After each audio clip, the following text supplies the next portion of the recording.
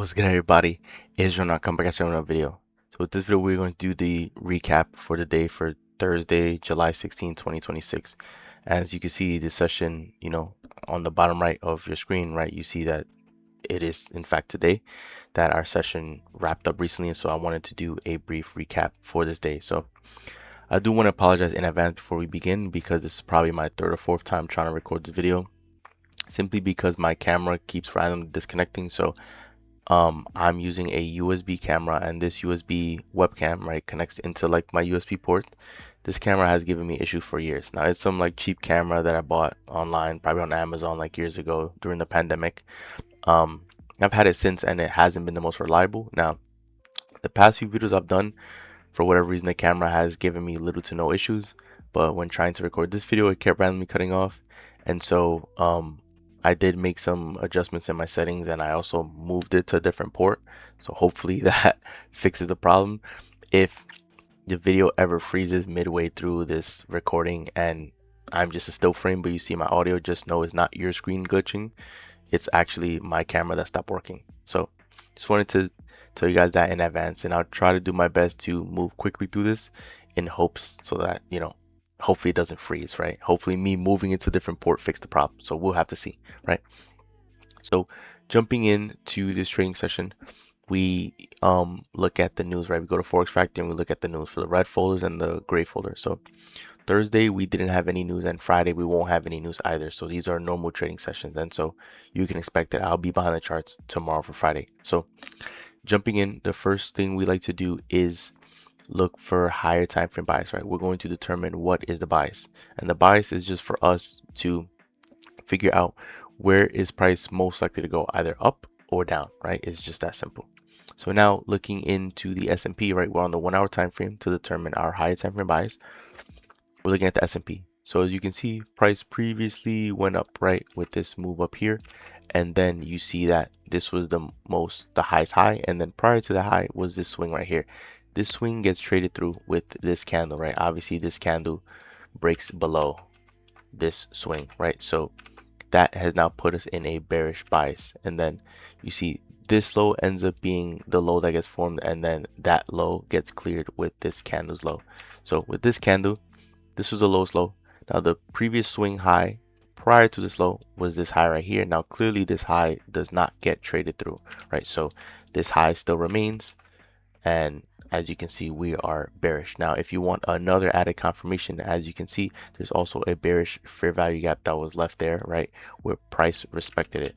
You can see there is a wick here, which means that price went into the fair value gap and effectively rejected it, right? So that's another confirmation of price showing signs of bearishness on the S&P. Right now, if we look at the NAS, right, you see that we previously made a high, and well, actually, sorry, you can see that the previous leg of price, it was this low right here, and the most previous swing high prior to this low was this high right here.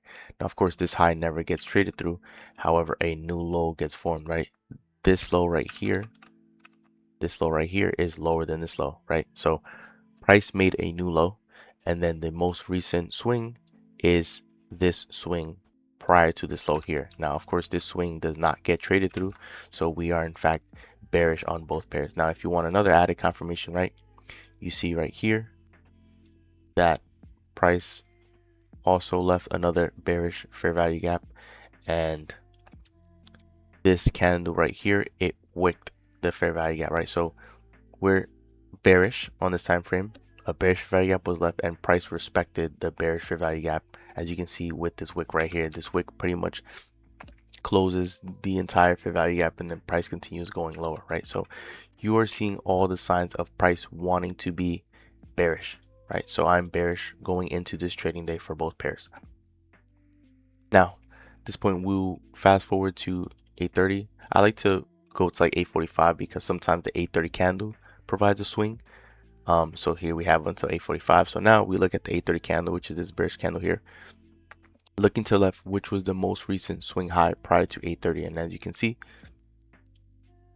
this is the most recent swing high right over here, right?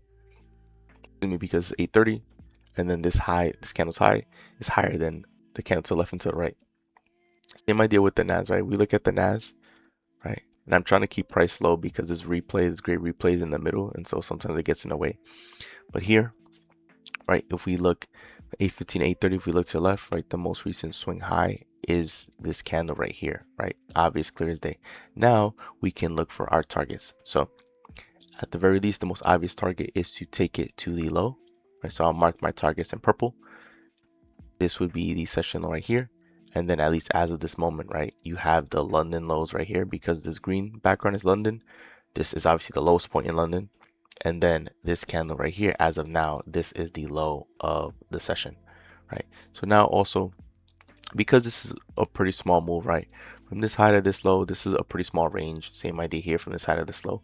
So in a lot of cases, when I feel like there's a small range to work with, I also like to look to my left to see previous price action. Were there any previous highs and lows that also seem to be very close achievable targets for price to hit? So I look to my left, and then if we look at the S&P, right, you see a target clear as day because this low and this low, right? I highlight them, right? These two lows, they're actually not too far from one another. And if price is bearish, right, you can expect this low to get cleared, and then probably price would want to go to this level and also clear that low. Right, if we go to 1 minute time frame, right, you also have another low right here that's also close to this low, right? But these are very close, so these are kind of like redundant targets. And then after this low, right, you have this one down here, and then these, right? However, this is my main target because this is potentially the low of the day, and then this would be like the extra added bonus if you wanted to, like, you know, leave a runner or like take price a little further. The same idea with, if we look at the NAS, right? You have your really short immediate targets right here, and then you have a much another larger position, sorry, a much another like larger target down here. So right, any target after that, right, the nearest target after that, of course you have like a big gap here, but then it will be all the way down here, and this low is very far from this low. So when you're trading, you want to be realistic and you want to ideally aim for achievable targets, right? You want to look at the setup and then say, okay, is a small setup a small move? So you don't want to aim for targets that are too far. You don't want to get too ambitious with trading, right? So you want, and when it comes to trading, you want to take what the market gives you, right? So now, if we jump in on a 5 minute time frame to kind of speed this up at least a little bit. Actually, no, we're just going to 1 minute time frame. It's fine, right? So here we are, 1 minute time frame. So as you can see, prices so it's going down, but it's also kind of like consolidating a little bit in a range. So this is the price action that we're working with. So then I'll press play, and then we'll just watch price. So as you can see, at least on the NAS made a new low of the session. Now I'm not really too worried because um even if price puts lower, low, lower, as long as if price makes a low this session, it can make the low session prior to 9:30. I just want that low to remain intact because I want to take price lower. So I want price, like, let's just say this ends up being the low. That's okay because I want price to go up, and then I want price to take it down, and then that can serve as a target, right? So once you have your bias, this is what's most important in trading, is having your bias, because having the bias is 80% of the work. Now to me, that didn't really make much sense at first because I thought, how is that even possible? But you realize that as a trader, you are always at the mercy of the market. The market is going to do what the market wants to do, and you can't control the market. So you are always going to be better off trading in alignment with the market, because if the market is planning to expand in a certain direction because the bias is heading a certain way, you want to trade in alignment with that so then you can catch the move and ride the wave, right? So that's why the bias is 80% of the work. That is most of the heavy lifting. So once we're clearing our mind of the bias, now it's all a matter of waiting to see if the market is going to give us what we want to see, and then we trade in alignment with the bias so that we can hopefully catch a good move, right? So we have the bias set, right? We're bearish, right? So we're not looking to take any buys for the day. This blue button at the top left that says buy, pretend that does not exist. We're only looking to take sells because we're only going to trade in alignment with the market. So now we've arrived at 9 o'clock. So now we'll just fast forward, continue fast forwarding. And I also don't mind price getting close to our point of interest, which obviously is this buy side liquidity. The reason why I don't mind it is because Remember, we're bearish, so we want to see price go higher. And if price ends up clearing this buy side liquidity, it hasn't happened yet, right? But if price ends up clearing this, then that's good because then we want to see another push higher after 9:30 because we want 9:30 to make the high of the session, or to basically clear this liquidity here, so then we can take price all the way down. So we're perfectly fine with how things are. This is better for us because then it leaves targets on the way down, right? You're seeing lows, you're seeing fair value gaps, you're seeing more lows, more fair value gaps, right? You're seeing more and more reasons for price to want to eventually go lower. So now we'll keep fast forwarding it. And as you can see at this point, right, price has cleared buy side liquidity. Um, and this is, we're still not even at 9:30 yet. Now, candle. All right, cool. So now we are at 9:29. So the next candle is the 9:30 candle. So as you can see at 9:30, exactly at 9:30, you finally had buy side liquidity get purged with the S&P. And then if you look at the NAS, right, another aggressive move on both sides. So this is what I like to see, right? Both pairs moving in tandem, both pairs going to our point of interest, which is clearing buy side liquidity. So now, right, in a perfect world, I want to see price break down and give us a bearish fair value gap because we are in fact bearish. So because we are bearish with our bias, we are anticipating that this move is a fake move. We're anticipating that this move is a fake move up because it's actually just trying to clear liquidity, like clear buy side liquidity and tap into previous fair value gaps, right? To rebalance itself as a market. We're not looking at this thinking price is bullish to buy, right? Other traders will see a move like this and think that it's time to buy, right? They'll see this aggressive move up and they'll think that price is bullish and so they're going to start buying. But we know better. We're not trying to buy. We're looking to sell. So we're looking at this push up, wanting to see it go down. Now we're seeing some bearish candles but no fair value gap left. So as you can see right now, there's still a lot of space here, but we still need a third candle to then find for it to create a fair value gap. And now boom, right?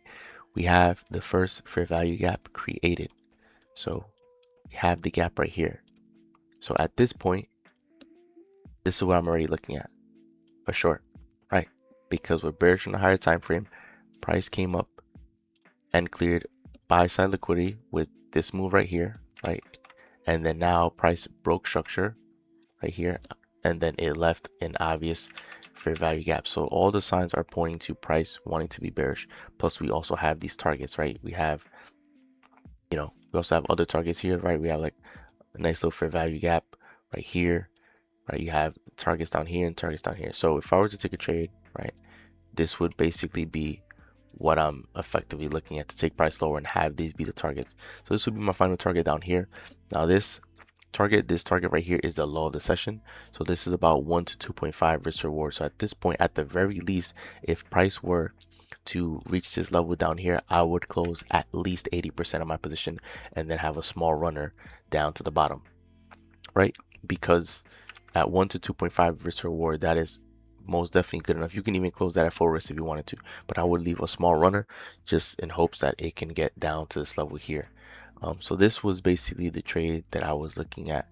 Now, if we continue watching price, we'll see if price gives us what we're looking for, right?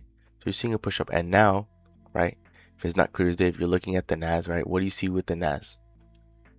Obvious opportunity right here, right? Clear as day, another fair value gap that was left. Now let's look at what this looks like for the NAS, right? NAS, you see, I wasn't as big of a fan on an opportunity with NAS because I always factor in risk to reward too. So if you think about it, right, if you were to take the trade for the NAS, now of course, it's more likely, more probable for the setup to unfold for the NAS. Why? Because this fair value gap is much lower than this fair value gap, right? Like, like the fair value gap for the S&P requires a much greater retracement compared to the NAS, right? I just wasn't as big of a fan for NAS because I didn't like how big the stop loss is, right? And it's just when I trade, I like to put my stop loss above the high because that is the most safe location to put it. Now, you can also put your stop loss at the top of the candle that forms a fair value gap, or you can put it above the candle above the first candle because you know fair value gap needs three candles to form, one, two, and three. Some other people might put the stop loss above the first candle of the fair value gap. I don't like doing that. I always like putting my stop loss at the high. So that's the reason why I wasn't necessarily looking at this trade. And you know, the first target is a one-to-one, right? I would take off at least 50% of my position because it's just a one-to-one, and then I would have the final target reach, you know, the very bottom here for 1 to 87. But once again, because of the size of the stop loss, I personally didn't really take the trade. So this is what I would be looking for both pairs. Now I would only trade one pair, right? I wouldn't jump in on trades for both because if price reverses and we lose, then we end up taking two losses, right? And you don't want to necessarily do that, right? You want to just trade one or the other. So as we watch price play out, you see right there, right, clear as day for the NAS, it trips you in.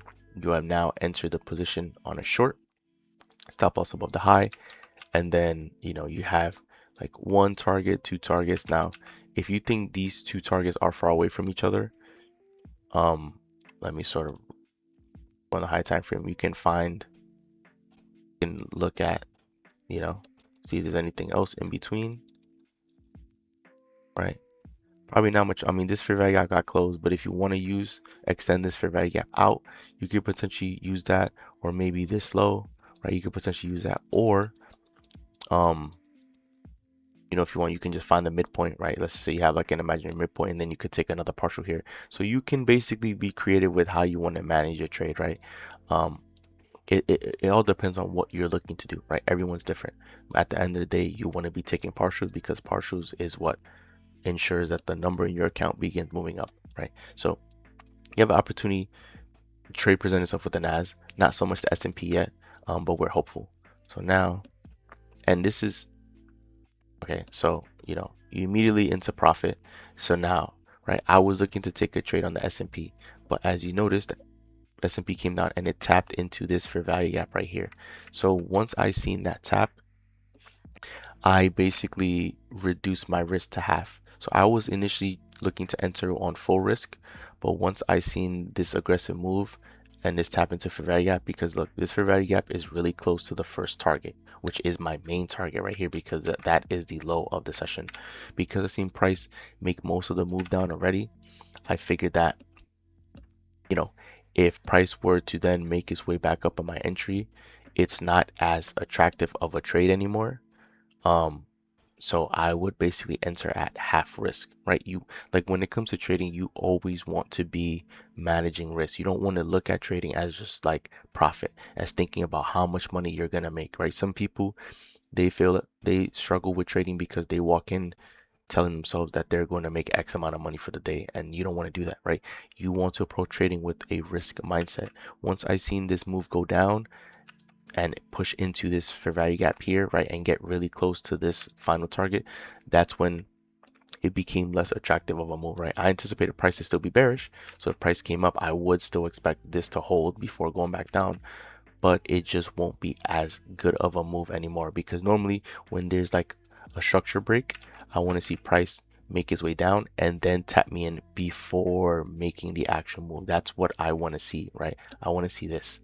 I don't like here's a better visual, right? Break down here and then break down this. I want to see this instead of something like this, right? Because this is a lot better. You're entering before the actual move, so you could take partials along the way rather than, you know, a lot of your partials already be taken on this way down and then having to extend the move lower, right? So that's what I'm thinking during this move. However, because both pairs move in tandem and I seen that the NAS already had the opportunity and now price is, you know, trading down, that's when I began thinking that price probably wasn't going to reach this level anymore.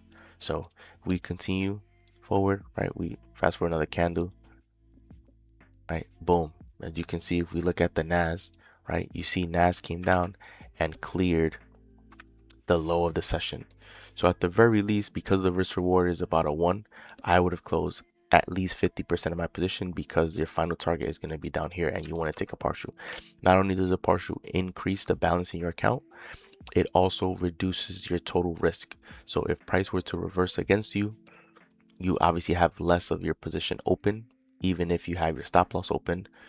So basically the hit that you'll take won't be as bad of a hit, right? So at this point, you see the NAS went aggressively down, and same with the S&P. So the S&P is already getting close to clearing the first target.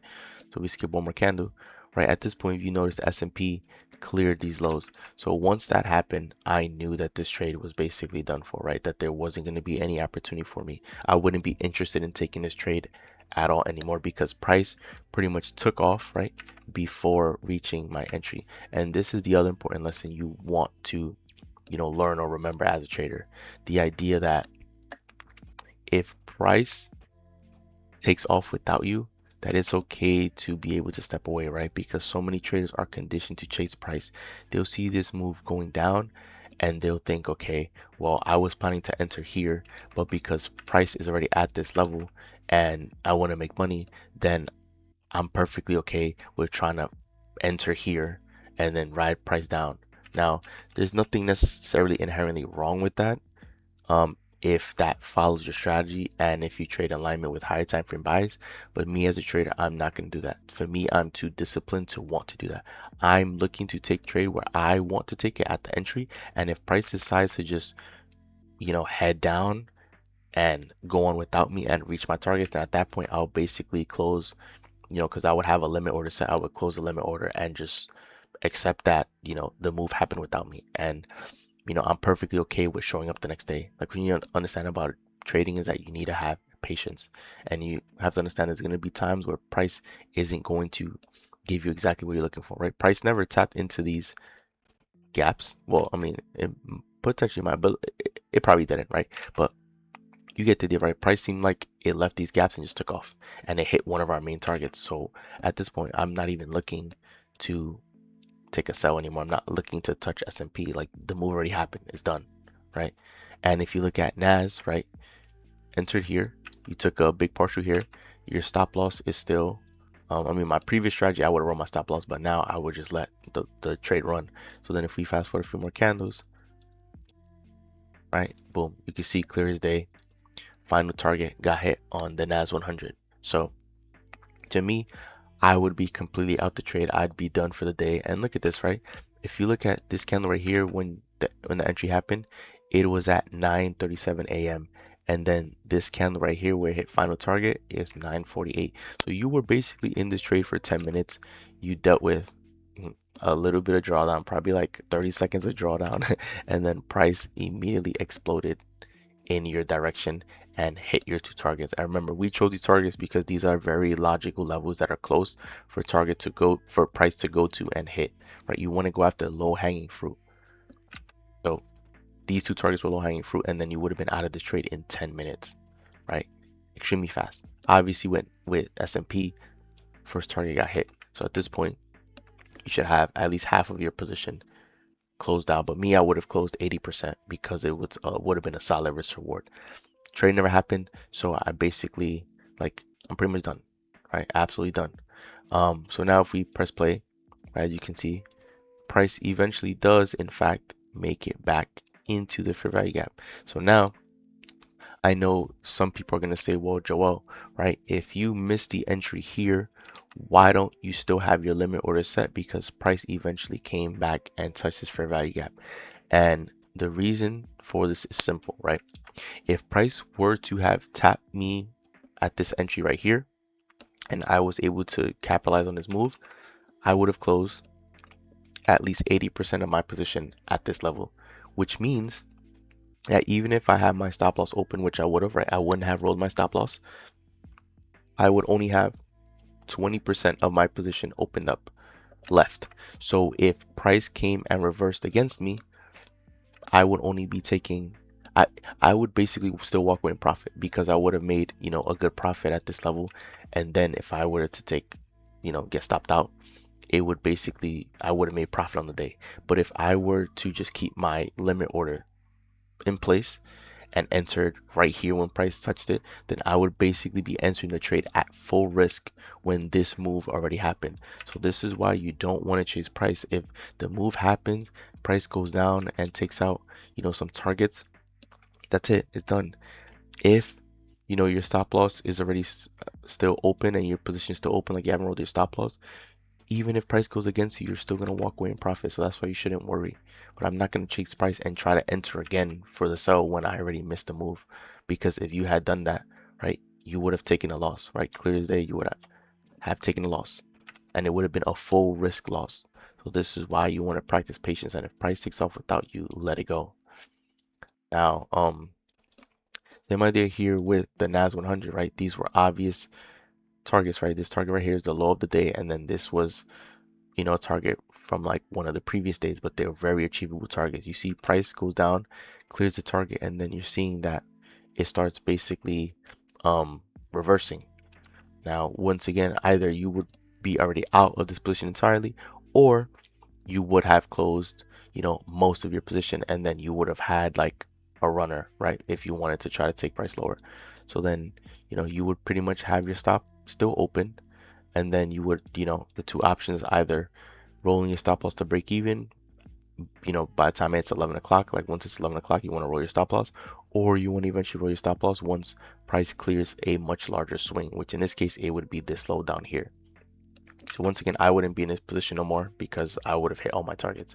So if we just fast forward to where it's at right now, you see that price did in fact, we extend this out, and let's just put another ray right here. Right, you do see that price, after clearing the low of the session and the other previous low, price eventually begins reversing. Let me full screen it, right? Make it easier for you guys to see. Right, after clearing the two main targets, right, price decides to begin reversing, and it reverses and puts you in consolidation. Now, you're in consolidate. If you didn't close your entire position, right? Let's say you wanted to leave a runner, right? You're consolidating in all this, and you're basically back in drawdown. But remember, you closed off most of your position. At the very least, if you didn't close full risk, at the very least, you close off 80% of your position at this point.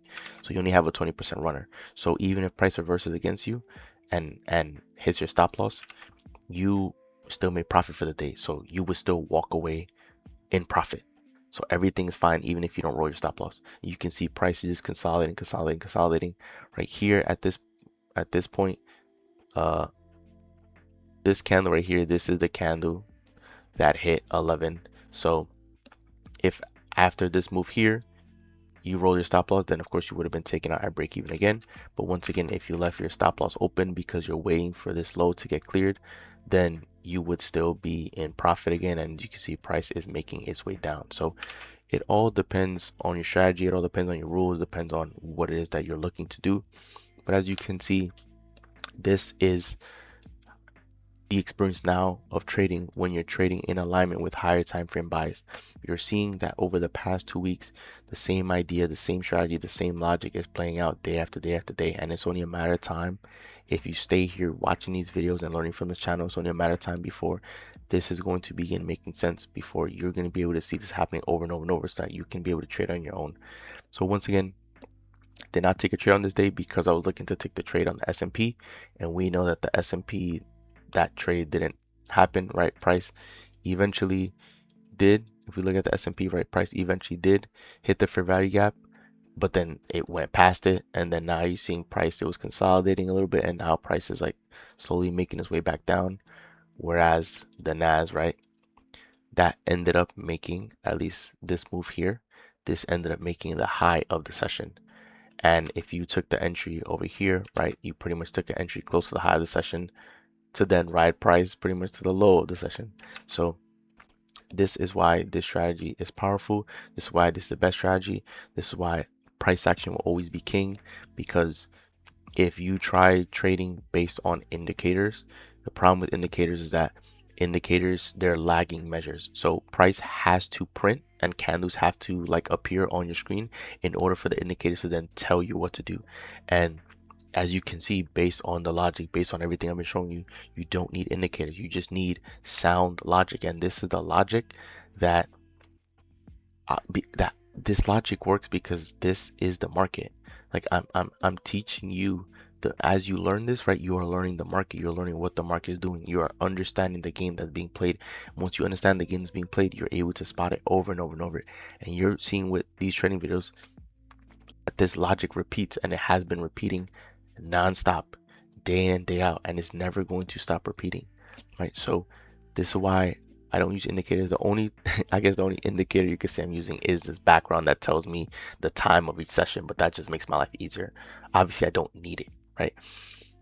But that's why you need to be trading price action, and you need to be understanding the story and price, because when you understand the story and price, all of this will begin to be making a lot more sense. And if you have a sound strategy with sound logic and everything, right, you're going to begin winning in these markets significantly, because you're going to be trading more often than not in alignment with the market. You're going to be trading on the right side of the market, and then you're going to be able to capitalize on moves like this, right? And like many of the other trades that I showed you in the past 2 weeks. So this is the power with this strategy, learning this, understanding this logic, because once you figure this out, it's no different than riding a bike, right? You ride a bike and you learn how to ride a bike, you can put a bike down for 10 years and you'll be able to pick it back up like nothing happened. The same idea with trading. Once you have the trading logic that's like sound and it's clear in your mind, you're never going to forget it, because you'll never be able to unsee this. And that's what I'm trying to do to you. I'm trying to enlighten you the same way that I was enlightened, because now I can never unsee this. I can never unsee the game that's being played. And now, as a result, I now have the power to capitalize on these moves. And when a move like this happen, right, you see the entry right here, you see this aggressive move down. This doesn't surprise you, because you know this is the game that's being played. And if a trade decides to happen and you miss this move, right, like obviously I didn't catch it, you're not going to be worried. You're not going to be like feeling impatient. You're not going to want to chase price, because you know this is happening virtually every single day, over and over and over. So if you miss one, there's always going to be another opportunity for it to happen again, right? So that wraps up the video. Enjoy the video. Do leave a like and subscribe as we're on the road. Tell me to subscribe, guys. So once again, it's Joel, and I'm out. I'll see you guys for the next video.